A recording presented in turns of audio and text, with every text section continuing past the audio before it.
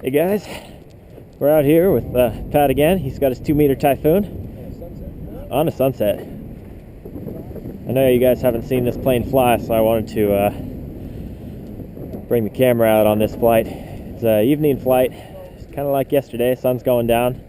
A little nicer looking here than it was even yesterday. But yeah, this is a 2-meter Typhoon from RCM. They're out of China, but the quality is superior. It's very, very good. It may not be quite like Czech quality, but it's pretty close actually. But yeah, RCM is an interesting company because they come out of China, but the build quality is very, very good, which is normally what's lacking in composite sailplanes like this. But the design is also excellent, which is very unusual.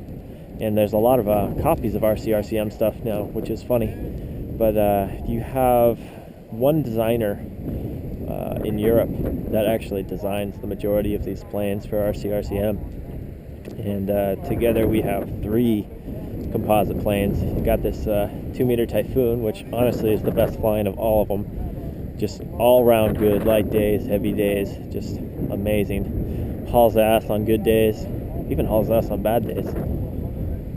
But almost no tip stall tendencies, just good, solid, everyday 2-meter. And then Pat's also got a Sunbird, which is like a, what is it, 1.6 meter or something like that? 1.5? 5 footer, so a little smaller. And that thing is a fucking screamer. Oh, man, it's so fast. Ridiculously fast. And more difficult to land just because of it, but it blows the Typhoon out of the water in speed, and it just makes a ton of noise too. It's really fun. And then I've got a mini Vic, which is like a 3D type. I mean, not actually 3D, but it's like a aerobatic, maneuverable, almost a perfect uniform airfoil top to bottom. So I can flip over and go inverted, and I can almost invert hands off completely. So it's fun to flick around. I've not had amazing luck with it. It's kind of, I guess, not my style, or I'm not in the right location, or my CG's a little bit off, but it's always floundering a little bit. Probably just need to recheck CG. Yeah, but as you can see, back out on the slope, enjoying the wind, and it doesn't look cold, but it's really cold. And I was dumb enough to bring shorts today, but it was actually foggier earlier today, so the fog's just starting to break. Get to see the sun go down. This place was packed just an hour and a half ago. There were a bunch of baggers out here flying the cliff, which are cool, except for they're just giant stringy targets, and with people hanging from them, so it's a little bit scary. We never fly any composite ships, or really any even fuselage ships out when those guys are out, just because of the danger. Oh boy. Yeah, but thanks for the comments on yesterday's video. I'm definitely going to start doing some build stuff. I'm starting to clean my garage out to see if I can get a new hot wire set up in there, and possibly even build a full table for it. That way I can start making some of my own airfoils again, and potentially get some glassing going. I want to show you guys how to use fiberglass and epoxy, and I've got vacuum bagging stuff, and I've even made full molds for fuses, and yeah, composites are really fun to play with. Not sure if you guys knew this about me, but prior to working in the RC industry for a little over a year, I was manufacturing surfboards, had my own surfboard company. So fiberglass and resin work and carbon fiber work comes pretty natural to me, so it's really fun to incorporate that stuff into RC. You end up with some very light, very strong builds, but they're incredibly labor intensive, so you got to be careful with them. But yeah, hopefully I'll have a nice little workshop together.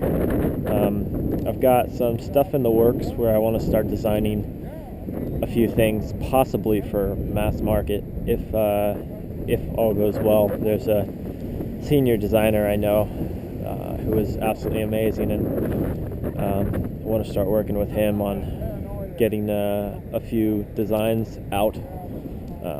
One of which Pat and I were talking about for a long time here, trying to figure out a way to get a collective pitch quadcopter going with a single motor drive in the center.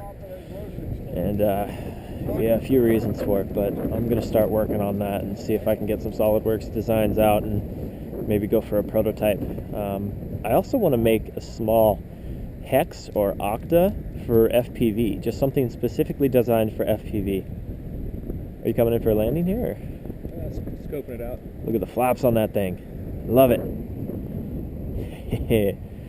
If you guys don't know, these composite ships are amazing, but they are just a pain to land.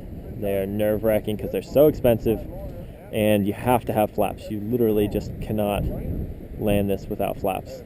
It comes in so fast. I mean, that's full flaps. That's 90-degree deflection flaps right there. And that's as much as it slows down. So greasing it in is more on occasion. Getting it down because you have to get it down.